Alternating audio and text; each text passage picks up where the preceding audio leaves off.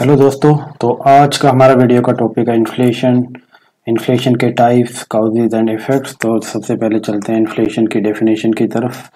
तो meaning of inflation क्या है हमारा? Persistent and chronic rise in the average और जनरल प्राइस लेवल। देखो, तो सबसे पहले आपको समझना है कि क्या है ये परसिस्टेंट है। आप कंटिन्यूसली ये राइज इन प्राइस चलता रहता है क्रोनिक, क्योंकि कंटिन्यूसली सस्टेनेबल मैनर्स पे चलता है। और एवरेज और जनरल प्राइस लेवल, ये पर्टिकुलर किसी कमोडिटी के प्राइस की बात नहीं करता है, ये general average price level economy में बढ़ता जा रहा होता है। तो ये उसके बारे में बता रहा है। ओके दोस्तों। And second is measured on the year on year basis. तो ये यहाँ पे क्या बता रहा है कि ये ईयर एंड ईयर बेसिस पे इसको मेजर किया जाता है। सपोज मैं आपको यहाँ पे कह रहा हूँ कि हमारी जो है मार्च में जो इन्फ्लेशन जैसे 5% इन्फ्लेशन है, तो मैं यहाँ पे जो मार्च लास्ट ईयर का था, जैसे मैं यहाँ पे 22 की बात कर रहा हूँ, तो 21 का जो मार्च है मैं उसके साथ कंपेयर करूंगा इसको। तो ये ईयर ऑन ईयर बेसिस पे होता है, ना कि ये हमारा जो लास्ट मंथ था इस मंथ का इन्फ्लेशन बता रहा है, ये उस तरह से नहीं देखा जाता। तो ये दो चीजें आपको पता लग गई कि persistent and chronic rise in general price level होता है। जनरल प्राइस लेवल होता है जो ओवरऑल प्राइस लेवल होता है इकोनॉमी में, ना कि किसी पर्टिकुलर होता है। और ये सस्टेनेबल मैनर पे होता है, कि ऐसा नहीं है कि एक दिन बढ़ा फिर नहीं बढ़ा, डिक्रीज हो गया, तो फ्लक्चुएशन नहीं हो रहा है, एक ट्रेंड लाइन पे चल रहा है ये। ओके, तो इसको हम बता रहे हैं कि इस तरह से मेजर किया जाता है। तो यहाँ तक आपको समझ आ गया। तो आगे चलते हैं। तो हमें टाइप्स ऑफ इन्फ्लेशन देखना है। तो इन्फ्लेशन को हम कई तरह से इसके टाइप में डिवाइड करते हैं, तो अलग अलग तरह से होते हैं। तो हमने क्या किया है कि ये इन्फ्लेशन का इंटेंसिटी क्या है, ये मतलब परसेंटेज राइज की तरह, उस बेसिस पर हम इसको इन्फ्लेशन को यहाँ पे हम इसको डिवाइड कर रहे हैं, टाइप्स में डिवाइड्स कर रहे हैं। तो सबसे पहले हमारे पास क्रीपिंग इन्फ्लेशन आता है। तो इसमें इन्फ्लेशन हमारा जो है ईयरली इन्फ्लेशन 2 to 3% रहता है, तो काफी हल्का इन्फ्लेशन होता है और इकोनॉमी के लिए काफी इंपॉर्टेंट होता है। जब इकोनॉमी में 2 या 3% इन्फ्लेशन होता है, तो इसमें क्या होता है कि जो बिजनेसमैन जो होते हैं, प्रोड्यूसर्स होते हैं, उनको उनकी प्रॉफिटेबिलिटी बढ़ जाती है, क्योंकि ओवरऑल इकोनॉमी में प्राइस नहीं बढ़ रहे हैं। जैसे थोड़ा सा प्राइस बढ़ेगा तो इनपुट्स में नहीं बढ़ेगा, तो एक जो है वो फर्म के लिए बेनिफिट हो जाएगा। और दूसरा जो है जो 2-3% इन्फ्लेशन है, इससे पता लगता है कि इकोनॉमी भी ग्रो कर रही है। जैसे इकोनॉमी ग्रो करती है तो जो माइनर रूप पे थोड़ी सी इन्फ्लेशन बढ़ती है। ओके, तो क्रीपिंग इन्फ्लेशन के बाद हमारे पास वॉकिंग इन्फ्लेशन आता है। इसमें जो मंथली ईयरली जो हमारा रेट ऑफ इंक्रीज होता है इन्फ्लेशन में, ये 4 to 10% होता है।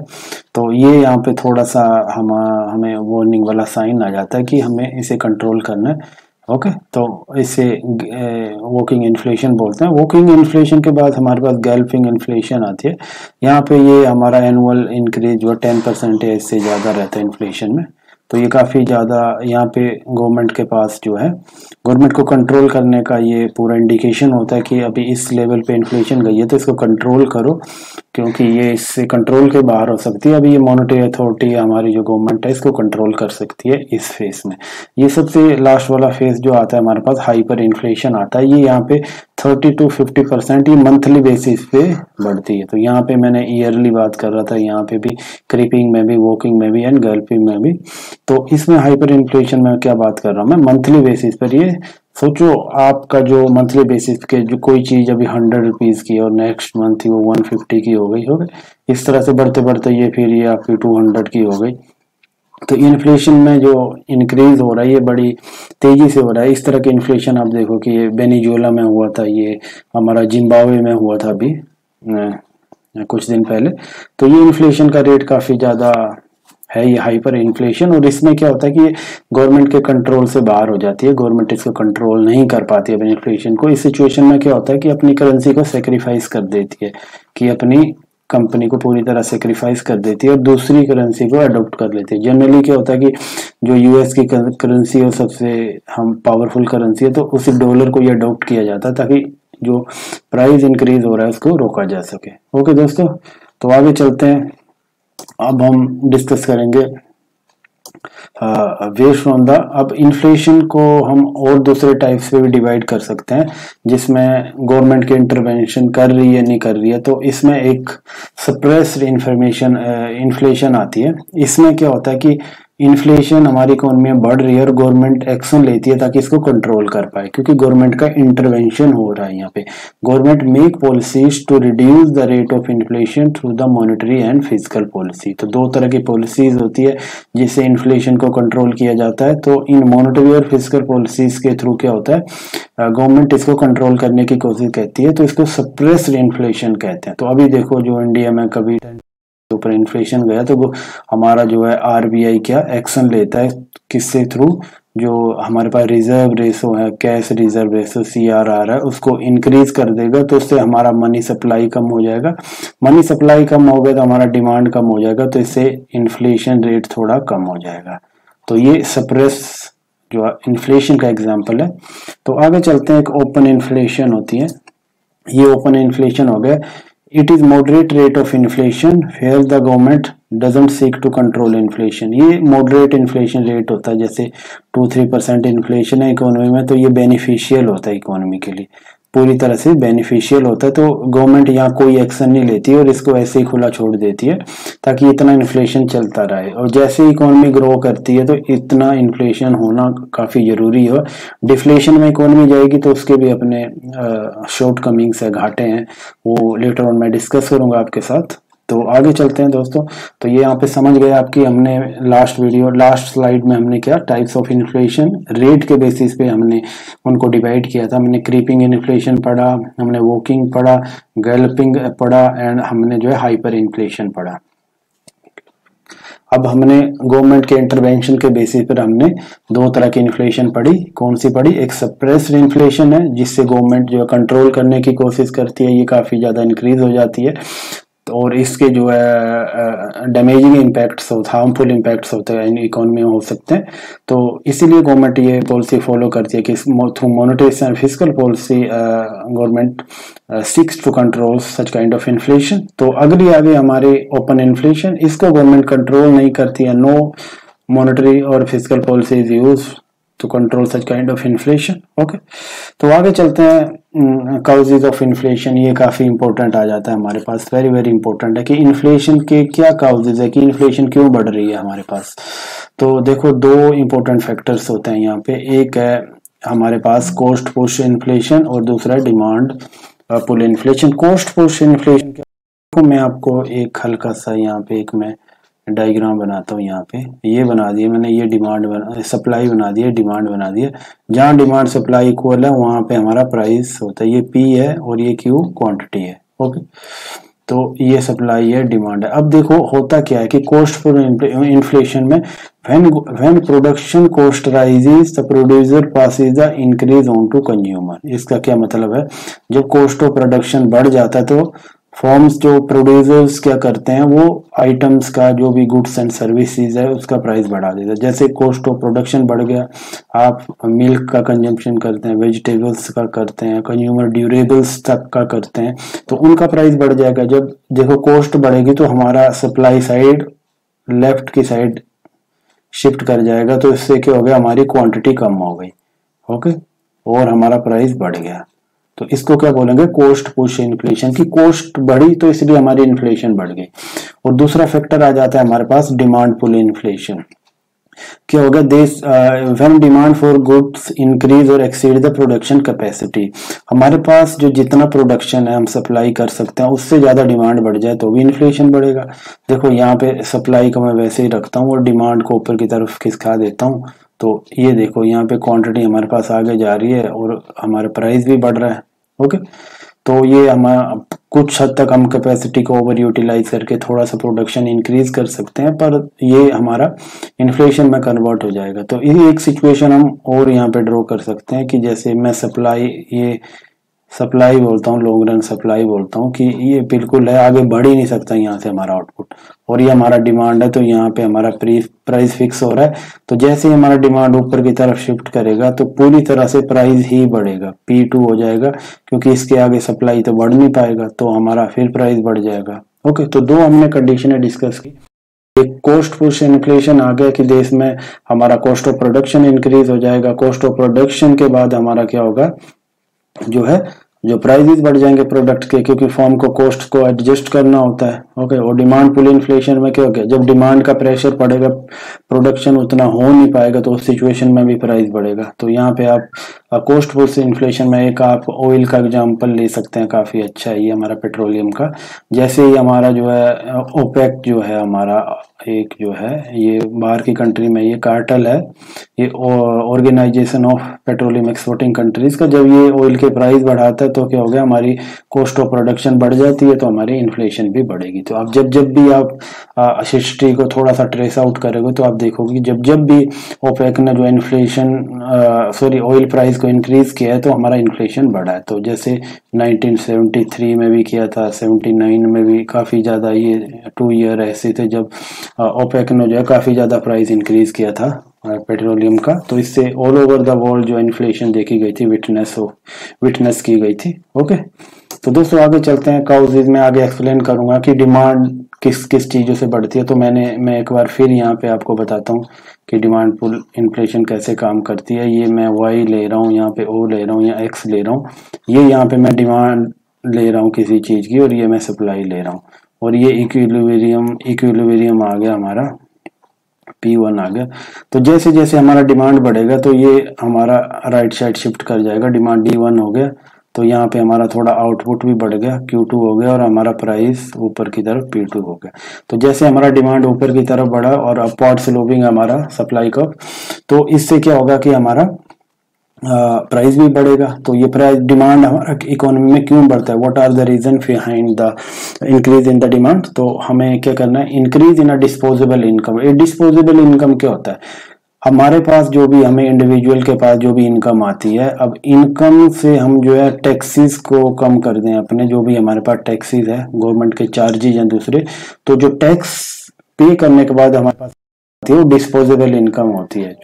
उस इनकम को हम अपने अकॉर्डिंगली स्पेंड कर सकते हैं, खर्चा कर सकते हैं। तो डिस्पोजेबल इनकम को क्या करेंगे, हम कंज्यूम कर लेंगे या उसकी सेविंग कर लेंगे। ये डिस्पोजेबल इनकम है तो इन दो पार्ट में डिवाइड कर लेंगे। तो जैसे जैसे डिस्पोजेबल इनकम बढ़ेगी तो हमारा कंजम्पशन भी बढ़ेगा, तो हमारा डिमांड का राइट वाइट शिफ्ट करेगा। Increase in government expenditure, government भी काफी ज्यादा एक्सपेंडिचर करती है, जैसे हम अनएम्प्लॉयमेंट अलाउंसेस होते हैं वो प्रोवाइड करती है, सोशल सर्विसेज में गवर्नमेंट एक्सपेंडिचर करती है। तो इससे क्या होगा, लोगों के पास ज्यादा पैसा जाएगा तो वो ज्यादा डिमांड करेंगे तो हमारा प्राइस बढ़ेगा, क्योंकि आउटपुट उतना बढ़ नहीं पाएगा। अगर आउटपुट बढ़ जाए तो प्राइस इतना नहीं बढ़ेगा, पर जनरली क्या होता है कि आउटपुट कैपेसिटी रिजिड होती है, इसलिए एग्रीगेट डिमांड बढ़ेगा तो हमारा प्राइस भी बढ़ेगा। डिक्रीज इन टैक्सेस, जैसे टैक्स डिक्रीज होंगे तो हमारा अपने आप ही, मैंने बताया था कि आपके पास जो इनकम आती है और उससे आप टैक्स करने के बाद आपका डिस्पोजेबल इनकम बचता है, ये डिस्पोजेबल इनकम बचता है। तो आप जैसे टैक्स रेट कम होगा तो डिस्पोजेबल इनकम अपने आप बढ़ जाएगा, तो आप फिर एग्रीगेट डिमांड में आपकी इंक्रीज हो जाएगी, एग्रीगेट डिमांड बढ़ेगी तो फिर आपका प्राइस बढ़ जाएगा। तो ये यहाँ पे बता रहा है decrease in taxes and increase in money supply. ये देखो क्या होता है कि जब मनी सप्लाई मार्केट में बढ़ जाती है, मनी सप्लाई इंक्रीज हुई तो क्या हो गया, रेट ऑफ इंटरेस्ट कम हो जाएगा हमारी मार्केट में। आपको पता है कि मनी डिमांड और सप्लाई से रेट ऑफ इंटरेस्ट डिसाइड होता है। जब डिमांड उतनी नहीं है, हमारा सप्लाई ज्यादा बढ़ जाता है तो रेट ऑफ इंटरेस्ट कम हो जाएगा। जब रेट ऑफ इंटरेस्ट कम हो जाएगा तो हमारा कंजम्पशन और इन्वेस्टमेंट एक्सपेंडिचर भी बढ़ जाएगा। तो ये एक्सपेंडिचर बढ़ेगा तो एग्रीगेट डिमांड बढ़ जाएगा, तो एग्रीगेट डिमांड बढ़ गया तो फिर राइटवर्ड शिफ्ट कर जाएगा और प्राइस बढ़ जाएगा। तो कहीं ना कहीं ये यहाँ पे हमें बताने की कोशिश कर रहा है कि प्रोडक्शन कैपेसिटी पे अगर कंस्ट्रेंट है, प्रोडक्शन कैपेसिटी हमारे पास इतनी नहीं बढ़ पा रही है, तो एग्रीगेट डिमांड में इंक्रीज होगा, वो हमारा रिफ्लेक्ट करेगा और इन्फ्लेशनरी होगा। तो इसलिए हमें एग्रीगेट डिमांड को कम करके हम इन्फ्लेशन को भी कंट्रोल कर सकते हैं। तो आगे चलते हैं दोस्तों कि काउजेज ऑफ इन्फ्लेशन में ही पीछे मैंने आपके साथ क्या डिस्कस किया, मैंने डिमांड पुल इन्फ्लेशन के बारे में डिस्कस किया, और इसमें मैं हम क्या कर रहा हूँ, यहाँ पे कॉस्ट पुश को डिटेल में एक्सप्लेन कर रहा हूँ। तो rise in the administrative price के होते हैं, गवर्नमेंट कुछ प्राइस ऐसे है जो डिसाइड करती है, जैसे आपका मिनिमम सपोर्ट प्राइस आ गया ये। ओके, इस तरह के बहुत सारे प्राइजेस है। जब इन प्राइजेस में गवर्नमेंट या दूसरे तरह के प्रोडक्शन होते हैं उनमें गवर्नमेंट प्राइस इंक्रीज करेगी तो हमारा इन्फ्लेशन बढ़ेगा, कॉस्ट ऑफ प्रोडक्शन भी बढ़ता है इससे, पता है। जैसे इनपुट मिनिमम वेज को गवर्नमेंट इंक्रीज कर देती है तो इससे क्या होगा, जो लेबर कॉस्ट बढ़ जाएगा, लेबर कॉस्ट बढ़ेगा तो हमारा कॉस्ट ऑफ प्रोडक्शन बढ़ जाएगा, प्रोडक्शन कॉस्ट बढ़ेगा तो हमारा प्राइस बढ़ जाएगा। वेज राइज, जैसे वेज राइज जो मैंने अभी डिस्कस किया, जब वेज बढ़ेगा तो कॉस्ट ऑफ प्रोडक्शन फॉर्म का बढ़ेगा तो फिर प्राइस बढ़ेगा। Rise in price of raw material, raw material form use करती है, जो भी प्रोडक्शन हमारे पास आएगा तो वो रॉ मटेरियल यूज करेगा। काफी सारा रॉ मटेरियल बाहर की कंट्री से भी आता है। ओके, जैसे बहुत सारे रिस्ट्रिक्शन हमने चाइना पे लगाए तो चाइना से जो है काफ़ी सारी चीज़ें आना बंद हो गई, जो हम इंग्रेडिएंट्स के रूप में या रॉ मटेरियल के फॉर्म में यूज करते थे, तो नेचुरली हमारे यहाँ पे प्राइस इंक्रीज हो गए। तो जब जब जब नेचुरली ये है कि ये हमारा रॉ मटेरियल का जो है कॉस्ट बढ़ेगा तो हमारा प्राइस भी बढ़ेगा। अदर काउजेज हमारा ये है इंपोर्टेड इन्फ्लेशन, हम कुछ चीज़ें बाहर से इंपोर्ट करते हैं इंडिया के बाहर से, जब वहाँ पे इन्फ्लेशन हाई है, वो ज़्यादा महंगी है, तो नेचुरली यहाँ पे इन्फ्लेशन बढ़ जाएगा हमारा, तो इंपोर्टेड इन्फ्लेशन बोलते हैं। अब होर्डिंग का एग्जांपल है हमारे पास काफ़ी अच्छा, कि बहुत सारे ऐसे सेलर्स प्रोड्यूसर्स होते हैं, उन्हें पता है कि फ्यूचर में डिमांड बढ़ने वाली है, तो इसलिए काफ़ी सारी चीज़ें होल्ड कर लेते हैं। जैसे ये ज़्यादा अनियन में होता है, अनियन और पोटैटोस में होता है ये, कि 2015 के आसपास भी ऐसा हुआ था महाराष्ट्र में, कि इन दोनों को एसेंशियल आइटम में डाल दिया था ताकि इसकी होर्डिंग ना हो सके। जब होर्डिंग होगी तो क्या होगा, मार्केट में शॉर्टेज हो जाएगी, सप्लाई कम हो जाएगी। ओके, और डिमांड जो है सप्लाई से ज़्यादा हो जाएगी, तो इसलिए प्राइस बढ़ जाता है। होर्डिंग मतलब इकट्ठा कर लेना, कि आइटम फायदा उठाने के लिए पहले से इकट्ठा कर लो, जो प्राइस बढ़ेंगे तो मार्केट में रिलीज कर दो। आगे कार्टेलाइजेशन, कार्टेलाइजेशन होता है एक ग्रुप बना लेना। बहुत सारे प्रोड्यूसर ऐसे हैं जो सेम तरह की चीजें बेच रहे हैं, तो आपस में वो ग्रुपिंग कर लेंगे और आउटपुट को कम कर देंगे और प्राइस बढ़ा देंगे, तो ये कार्टेल भी काफी डेंजरस होता है। तो गवर्नमेंट को डिफरेंट एजेंसीज गवर्नमेंट ने बना रखी है, जैसे कंपटीशन कमीशन ऑफ इंडिया, तो वो कुछ तरह के कार्टेलाइजेशन हो रहा है, कुछ हो रहा है, तो उस पर वो जो है स्ट्रिक्ट वॉच रखता है, तो इस तरह के कार्टेल के अगेंस्ट वो एक्शन भी लेते हैं। ओके दोस्तों, चलिए आगे चलते हैं। अब आगे देखते हैं इम्पैक्ट ऑफ इन्फ्लेशन में क्या डिस्कस करेंगे, लेंडर एंड बोरोवर्स। तो क्या होता है कि एक जो है लेंडर लैंड कर रहा है मनी, एक बोरोवर कर रहा है, तो आपको पता है कि इन्फ्लेशन बढ़ेगा तो इन्फ्लेशन से वैल्यू मनी भी कम हो जाएगा, तो इससे क्या होगा, जो उधार जिसने लिया है उसको फायदा हो जाएगा। ओके, जो देखो रियल रेट ऑफ इंटरेस्ट क्या है, रेट ऑफ इंटरेस्ट जो मार्केट में है, ये R rate of interest market में मान लेता हूं मैं, और इन्फ्लेशन रेट क्या है। जब रेट ऑफ इंटरेस्ट से आप इन्फ्लेशन कम कर देते हैं तो रियल रेट ऑफ इंटरेस्ट आ जाता है। तो यहाँ पे देखो ये लैंडर्स के लिए तो जो है रेट ऑफ इंटरेस्ट कम हो गया, क्योंकि इन्फ्लेशन बढ़ गई, तो रियल सेंस में से कम मिल रहा है, तो बोरोवर को फायदा हो गया, क्योंकि अब पावर ऑफ और परचेजिंग पावर ऑफ मनी कम हो गई है। अब जैसे जो चीज पहले 100 रुपीज की मिल रही है, अगर वो 120 में मिलने लग जाए तो वैल्यू मनी कम हो गई, कि 100 रुपए के नोट से अब हम कोई चीज आइटम खरीद नहीं पाएंगे, हमें 20 रुपीज एक्स्ट्रा चाहिए। तो उसी तरह से देखो लैंडर्स को तो उतना ही पैसा मिलेगा जो पहले से फिक्स है, तो यहाँ पे देखो उसको घाटा हो जाएगा। पर ये वहां पे होगा जो अनएंटिसिपेटेड चेंज इन्फ्लेशन होगा। अगर लैंडर को लगता है कि पहले से एंटिसिपेटेड है कि इन्फ्लेशन बढ़ेगी, तो पहले ही वो ज्यादा रेट ऑफ इंटरेस्ट चार्ज करेगा। तो ये जो कहाँ पे जो भी बात हम यहाँ पे कर रहे हैं, तो वो अनएंटिसिपेटेड इन्फ्लेशन की बात कर रहे हैं, कि जो हमने प्रिडिक्ट नहीं की थी। फिक्स इनकम ग्रुप आ गया, इसको काफी घाटा होता है, ये काफी ज्यादा हर्ट होता है इन्फ्लेशन से। तो ये कौन सा ग्रुप है, जैसे किसी को 5000 सैलरी मिल रहा है, ओके, कहीं किसी फैक्ट्री में काम कर रहा है, उसकी सैलरी उतनी रहेगी, पर इन्फ्लेशन अगर 10% बढ़ गया तो उसका वो अपने आप ही परचेजिंग पावर कम हो जाएगी। तो इससे क्या होगा, तो उसको काफी ज्यादा नुकसान होगा। पर दूसरा ग्रुप है जहाँ पे इन्फ्लेशन के साथ जो है वेजेज बढ़ती है, तो उन पे इसका इन्फ्लेशन का असर नहीं पड़ेगा। तो रियल वेज क्या होता है हमारे पास, जो हमारा वेज होता है और प्राइस लेवल पी पे हम कर देंगे, तो इससे हमें रियल वेज आ जाएगा। अगर वेज उतना ही है, प्राइस बढ़ रहा है, तो हमारा रियल वेज कम हो गया। तो ये फिक्स ग्रुप के लिए है। आगे बॉन्ड होल्डर के बारे में बताते हैं हम। तो इसमें देखो क्या होगा, जो बॉन्ड होल्डर है उन्हें तो फिक्स इनकम मिल रहा है, उन्हें एक फिक्स इनकम मिल रहा है, फिक्स इनकम पर्टिकुलर बॉन्ड में। तो इन्फ्लेशन बढ़ेगा तो उसका वैल्यू कम हो जाएगा, तो इससे बॉन्ड होल्डर को भी काफी ज्यादा नुकसान होगा। आगे देखते हैं एक्सचेंज रेट। देखो इसमें क्या होता है कि जैसे जैसे देखो एक्सचेंज रेट का इन्फ्लेशन के साथ क्या रिलेशन है। जैसे जैसे हमारे पास हमारा इन्फ्लेशन रेट बढ़ेगा तो इससे क्या होगा कि हमारी जो गुड्स हैं जो इंटरनेशनल मार्केट में एक्सपेंसिव हो जाएगी, ये एक्सपेंसिव हो जाएगी तो हमारा जो डिमांड है इन गुड्स के लिए कम हो जाएगा। डिमांड कम हो जाएगा तो हमारा एक्सपोर्ट कम हो जाएगा। ओके, ये एक्सपोर्ट कम हो जाएगा तो एक्सपोर्ट कम हो गया हमारा, तो इससे क्या होगा हमारा जो है नेट एक्सपोर्ट हमारा बुरी तरह से अफेक्ट होगा।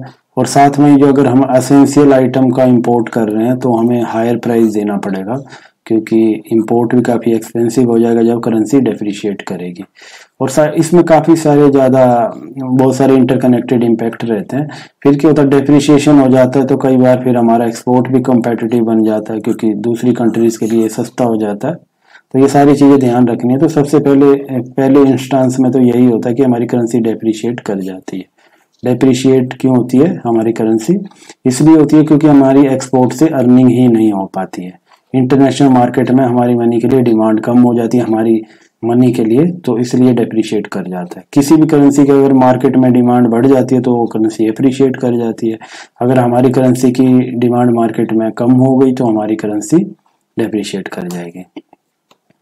Government deficit rises. देखो होता क्या है कि जैसे जैसे इन्फ्लेशन बढ़ेगा तो गवर्नमेंट का एक्सपेंडिचर भी बढ़ जाता है। ओके, तो गवर्नमेंट का एक्सपेंडिचर बढ़ेगा तो उससे क्या होगा, गवर्नमेंट की डेफिसिट भी इंक्रीज हो जाएगी। डेफिसिट होती है गवर्नमेंट का जो एक्सपेंडिचर है वो उनकी इनकम से ज़्यादा है, तो गवर्नमेंट को क्या बोरो करनी पड़ेगी मार्केट से फंड। तो आगे प्रोड्यूसर एंड कंज्यूमर। देखो यहाँ पे जनरली क्या होता है कि प्रोड्यूसर को जनरली फ़ायदा होता है इन्फ्लेशन से, क्योंकि प्रोडक्ट का प्राइस बढ़ेगा। और कंज्यूमर जो है ये हमारा नेगेटिव साइड में होता है, क्योंकि कंज्यूमर को अब ज़्यादा प्राइस पे करने पड़ेगा सेम गुड्स एंड सर्विसेज के लिए। ओके दोस्तों, तो आगे और कुछ टर्म है इन्फ्लेशन के, उनके बारे में हम डिस्कस करेंगे। तो देखो यहाँ पे 3-4 इम्पोर्टेंट टर्म्स है, तो ये काफ़ी बार एग्जाम में आते हैं। एक इन्फ्लेशन है, एक डिसइन्फ्लेशन है, एक रिफ्लेशन है एंड एक डिफ्लेशन है। देखो होता क्या है कि ये मैं जीरो इन्फ्लेशन यहाँ पे मान लेता हूँ और इन्फ्लेशन ऐसे बढ़ती जा रही है, 1, ये 2, ये 3, ये 4%, ये 5%, ये 6%। और नीचे की तरफ चलो तो ये -1, -2, -3, -4। तो ये नीचे की तरफ इन्फ्लेशन कम हो रही है। ओके, तो आगे मैं ये टाइम ले रहा हूँ। ओके, तो देखो यहाँ पे क्या है, ये जीरो इन्फ्लेशन, अब जीरो से ऊपर की तरफ इन्फ्लेशन जाएगी, सॉरी इंक्रीज होगा प्राइस लेवल में, तो इसको मैं इन्फ्लेशन कहूंगा। ओके, पर ये देखो अब ऊपर की तरफ जा रहा है हमारा, तो इसको हम इन्फ्लेशन कह रहे हैं, क्योंकि हर बार जो इन्फ्लेशन का रेट आ रहा है वो पिछले रेट से ज्यादा है, ऊपर यही बता रहा है। तो ये देखो यहाँ पे इन्फ्लेशन क्या थी, फिर हम थोड़ा आगे गए तो इन्फ्लेशन बढ़ गई, फिर बढ़ गई, फिर बढ़ गई। तो ये इन्फ्लेशन है, आप वो ट्रेंड पे चल रहा है। अब आगे देखो इन्फ्लेशन एक और यहाँ पे पीक में चली गई, माने ठीक है 5% चली गई, तो फिर इन्फ्लेशन नीचे की तरफ आने लग जाएगी, कम हो जाएंगे। यहाँ पे 3% में ले लेता हूँ, यहाँ 2% ले लेता हूँ, ओके, यहाँ 1% ले लेता हूँ। पर ये देखो इन्फ्लेशन यहाँ कम हो रही है, पर यहाँ पे पॉजिटिव है। इन्फ्लेशन डिक्रीजिंग, डिसइन्फ्लेशन का मतलब यही है कि इन्फ्लेशन डिक्रीज हो रही है, इन्फ्लेशन कम हो रही है पर पॉजिटिव है। क्या है ये? पॉजिटिव है। इन्फ्लेशन अभी भी पॉजिटिव है, डिक्रीज हो रही है पर पॉजिटिव है। ओके, जीरो नहीं गई है या माइनस में नहीं गई है। जैसे आपको बोल रहे हैं कि 2020 में हमारा इन्फ्लेशन 5% था, हमारा 21 में हमारा इन्फ्लेशन 3% हो गया, और 22 में हमारा इन्फ्लेशन 2% हो गया। हमारा इन्फ्लेशन तो यहाँ पॉजिटिव है पर कम होता जा रहा है ना, तो इसको डिसइन्फ्लेशन बोलेंगे आप। जिस तरह से मैं बोलूँ कि 2000 में हमारा 5% था, 21 में हमारा इन्फ्लेशन कितना हो गया, 6% हो गया, 23 में 8 हो गया, तो ये इंक्रीज हो रहा है ना, तो इसको इन्फ्लेशन बोलेंगे और इस वाले को हम डिसइन्फ्लेशन बोलेंगे। रेट पॉजिटिव है पर कम हो रहा है। आगे इंपॉर्टेंट टर्म आ गया ये डिफ्लेशन आ गया। डिफ्लेशन है मतलब इन्फ्लेशन माइनस में चला गया। जो चीज हमें 100 रुपीज की मिल रही थी अब वो हमें कम मिल रही है, 80 की मिल रही है, 70 की मिल रही है। ओके, तो ये डिफ्लेशन आ गया। तो ये देखो यहाँ नीचे आ रहा है। तो ये बिल्कुल बढ़ता ही जा रहा है। पहले इन्फ्लेशन हमारा देखो ये -1 था, फिर अगले नेक्स्ट ईयर हमने देखा कि हमारा इन्फ्लेशन -2 हो गया, फिर गया तो -3 हो गया, तो इन्फ्लेशन गिरता ही जा रहा है ना, तो ये डिफ्लेशन हो गया। और आगे देखो अब ये रिफ्लेशन आ गया। रिफ्लेशन मतलब कि हम ऊपर की तरफ हमारा इन्फ्लेशन रेट थोड़ा बढ़ रहा है पर अभी भी नेगेटिव है। तो हमारा देखो यहाँ पे ये -3 था, फिर हमारा ये -2 हो गया, अभी देखो -1 हो गया। जैसे मैं बोलूँ 2020 हमारा इन्फ्लेशन -3 था, फिर 21 में हमारा -2 था, फिर 23 में हमारा -1 हो गया। तो मतलब इन्फ्लेशन रेट हमारा नेगेटिव ही है, पर ये हमारा पॉजिटिव की तरफ हम जाने की कोशिश कर रहे हैं। यहाँ पे अभी भी हम डिफ्लेशन से हट रहे हैं। रिफ्लेशन का मतलब ये है 0% से कम ही है, पर हम ऊपर की तरफ मूव कर रहे हैं। ओके दोस्तों, ये काफी ज्यादा इंपॉर्टेंट टर्म है, आप एक बार फिर से देख सकते हैं इनको। तो आगे चलते हैं कि अब वेरी वेरी इंपॉर्टेंट टर्म है स्टैगफ्लेशन है। तो ये स्टैगफ्लेशन क्या है, इसको डिस्कस करेंगे हम। तो देखो स्टैगफ्लेशन में हम पहले मैं डिस्कस करता हूँ यहाँ पे कि दो इंपॉर्टेंट चीजें होती है, स्टैग्नेशन एंड इन्फ्लेशन। स्टैग्नेशन क्या होता है? स्टैग्नेशन का मतलब होता है कि हमारा आउटपुट कम हो रहा है। ये देखो यहाँ पे output declines and the inflation rises. Okay, तो दो टर्म से बनाइए, स्टैग्नेशन प्लस इन्फ्लेशन। ओके, तो यहाँ पे ध्यान रखना है कि स्टैग्नेशन का क्या मतलब। मैं यहाँ पे एक मैं आपको रफ सा डायग्राम फिर से ड्रॉ करता हूँ। तो मैं यहाँ पे मानता हूँ कि ये हमारी ये सप्लाई है और ये हमारी डिमांड है।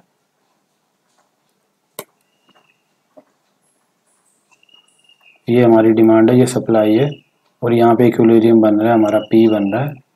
ओके, ये हमारा आउटपुट है। तो जैसे ऑयल प्राइस बढ़ जाते हैं और हमारा ये कोई दूसरा रीजन हो जाता है, इकोनॉमी में डिस्ट्रक्शन हो जाता है, कुछ हो जाता है, तो हमारा क्या हो जाएगा, हमारा सप्लाई का इस तरफ शिफ्ट कर जाएगा। ये S1 हो गया तो हमारा प्राइस ऊपर की तरफ चल, P2 हो गया और आउटपुट हमारा कम हो गया। ये तो यहाँ पे देखो क्या हो रहा है, आउटपुट भी कम हो रहा है और प्राइस भी बढ़ रहा है। जनरली ऐसा होता नहीं था, तो इसलिए इस टर्म को ये 1973 में ये हुआ था। 1973 में ये स्टैगफ्लेशन का हमारे पास कॉन्सेप्ट आया था। तो ये क्या हुआ था, जब ऑयल प्राइसेस इंटरनेशनली बढ़ गए थे, तो ये देखा गया कि हमारे प्राइस भी इंक्रीज हो रहे हैं और आउटपुट भी डिक्लाइन हो रहा है। तो इससे डील करने के लिए क्या आया हमारे पास, सप्लाई साइड इकोनॉमिक्स आया। इससे पहले हम सप्लाई की बात नहीं करते थे। तो सप्लाई साइड इकोनॉमिक्स में बोला कि हमें काफी फोकस कहाँ पे करना है, हमें सप्लाई साइड में करना है। अगर हमें इन्फ्लेशन को कम करना है तो हमें सप्लाई साइड में प्रोड्यूसर को इंसेंटिव देने होंगे, हमें इन वेजेज को रेशनलाइज करना होगा, टैक्स इंसेंटिव देने होंगे। टैक्स इंसेंटिव काफी ज्यादा फेमस हुआ था। टैक्स इंसेंटिव किसको दिए, प्रोड्यूसर को दिए, ताकि कॉस्ट ऑफ प्रोडक्शन कम रहे। तो फिर इसके बाद ये स्टैगफ्लेशन से हमने डील किया था। ये रीगन थे, ये रीगनोमिक्स भी बोलते हैं इसको, ये हम अमेरिका के प्रेसिडेंट थे, वो सप्लाई साइड इकोनॉमिक्स के लिए काफी ज्यादा फेमस हुए थे कि उन्होंने ऐसी पॉलिसीज ली थी जिससे हमारी सप्लाई जो है इंटरनेशनली इंक्रीज हुई थी।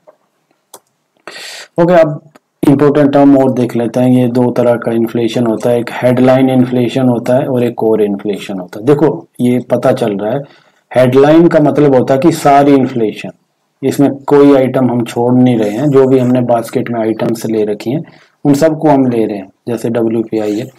ओके, तो इसमें हेडलाइन इन्फ्लेशन में आइटम नहीं छोड़ते। कोर इन्फ्लेशन है, इसमें हम कुछ आइटम माइनस कर देते हैं।